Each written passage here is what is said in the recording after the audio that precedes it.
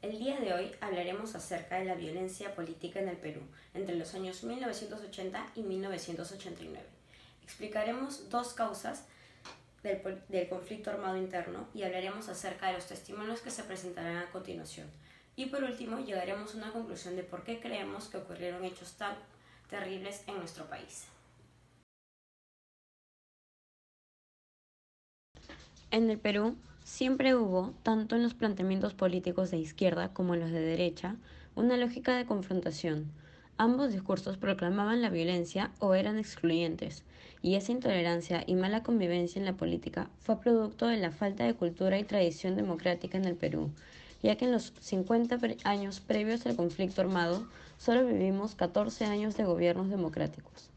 Como producto del análisis que la Comisión de la Verdad y Reconciliación realizó, se encuentra que la causa inmediata y decisiva para el desencadenamiento del conflicto armado interno en el Perú fue la libre decisión del Partido Comunista Peruano, Sendero Luminoso, de iniciar una lucha armada contra el Estado.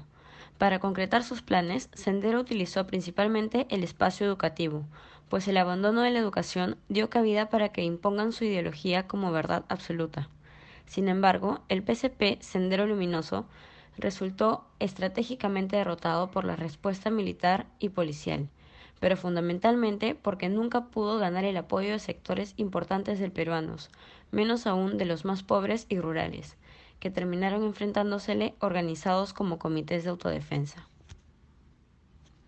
Otro factor que propició la violencia en aquella época fue la discriminación, el racismo y la exclusión social. En el Perú, las relaciones de discriminación étnica y racial forman parte de una malla de relaciones entre desiguales. Los campesinos fueron vistos durante años como indios, minusválidos, como personas desechables. Por el hecho de hablar quechua, no fueron considerados como ciudadanos, más bien eran objeto directo para crímenes. Es por eso que la guerra interna se inició en Ayacucho, uno de los departamentos más pobres y vulnerables del Perú. ¿Cómo pudo afrontar tu familia lo que fue el conflicto cuando inició el Sendero Luminoso? Estamos hablando de los años 80. Yo estaba en mis primeros años de la universidad, medicina, poco sentí lo que podía ser eh, una época de terrorismo inicial, porque más o menos los problemas iniciaron en esa época, o en todo caso no le damos mucha importancia, estábamos abocados a nuestros estudios y no le damos mucha importancia a ese tema, ¿no? O sea, en otras palabras, yo en los inicios del terrorismo, salvo problemas que hubo y que siempre se presentaron en esos gobiernos, a lo menos en el de Belaúnde, en el año 83, era que comenzamos a tener problemas económicos, comenzó a haber inflación, hubo un fenómeno del niño y eso se tradujo también en los estudios de medicina, que hubo epidemias de cólera, tifoidea. Me acuerdo de esa época y lo que estamos abocados era fundamentalmente a ese aspecto. Pobreza siempre ha habido, ¿no? Siempre nos veíamos como un país pobre, ¿no? Que recién estaba comenzando a tener una vida independiente, a diferencia de la época del terrorismo, perdón, de la dictadura previa a Belaúnde. De la dictadura, yo egresaba de la universidad, en realidad no veía mayor problema, vivía en forma estable. Bueno, mi padre también era médico, aún con problemas, pero nos proporcionaba una vida adecuada. Este testimonio es de una de las más grandes y reconocidas defensoras de la paz, conocida como Mamá Angélica. Cuenta que en la madrugada del 3 de julio de 1983, el ejército entró brutalmente en su casa y sacaron a su hijo a la fuerza, con la explicación de querer conversar, y finalmente se lo llevaron. Al caminar por las calles buscando a su hijo, se cruzaba con muchas señoras que se encontraban en situaciones similares y les propuso unirse y organizarse. señala que entre 1983 a 1987 fueron los años donde se produjo la mayor cantidad de asesinatos y desapariciones. Se encontraban cadáveres tirados en los barrancos, montones de cuerpos encontrados sin cabeza, lo cual demuestra cómo eran torturadas las personas en ese entonces.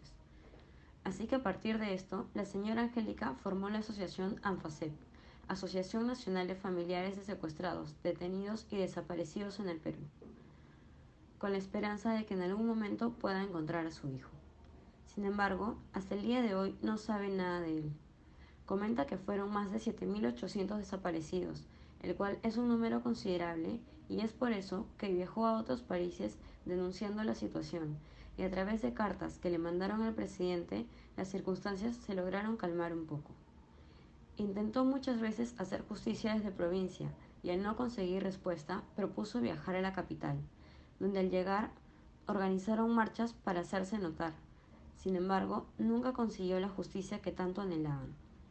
Explica que las señoras que la apoyaban en esta asociación confiaban plenamente en ella, y por ello, como vocera y representante, nunca se dio por vencida.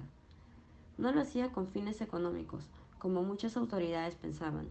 Su único interés era conocer el paradero de su hijo. Fue amenazada de muerte muchas veces, pero su dolor y desesperación eran más fuertes. También llegó a formar un comedor donde atendía a más de 300 niños que quedaron huérfanos a raíz de este problema. Fue así que se convirtió en la líder de esta asociación con el fin de hacer justicia. Hola, ¿qué tal? Soy Jocelyn Ugarte.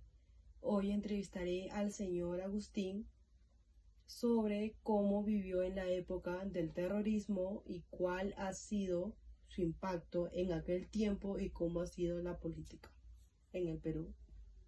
Soy Agustín. En la época de terrorismo yo viví en, en las situaciones trágicas que suscitó en este Callejón de Huaylas. Había bombas, apagones, hasta inclusive mataron a los jueces de paz, a los javijeos, y el gobierno también trató de controlar, pero por otra parte el gobierno mandaba también a los policías también como terror. O sea que el pueblo no sabíamos cuál era, ¿no? ¿Son terroristas o son de los policías? Estábamos confundidos y uno tenía que ya a temprana, antes que atardece mucho, tenía que guardarse en su casa para no estar en el problema, porque algunos jóvenes también fueron perseguidos. Yo tengo ya 54 años, donde lo vivimos, ¿no? Acá en Callejón de Huaylas, de muchos que murieron y dejaron, ¿no?, a sus esposas, hijos, en orfandad, y que hoy, pues, ¿no?, ya se ha pacificado todo lo que se ha hecho, ¿no?, de esa época. La razón o el por qué se desarrollaron estos terribles hechos en el Perú para nosotros es la desigualdad, debido, como hemos podido apreciar en las entrevistas y los videos desarrollados en clase, la desigualdad era parte clave de este conflicto, ya que algunas personas no tenían la misma riqueza que otros o no se sentían escuchadas iguales. Como podemos apreciar, en el interior del país inició estas terribles matanzas, ya que el gobierno no era apoyado, o las personas no se sentían apoyadas. Y esto fue aprovechado por estas personas para empezar o limpiarles la mente para cogerlos a su favor y así empezar estos terribles hechos que acabaron con miles de compatriotas y que ojalá no se vuelva a repetir.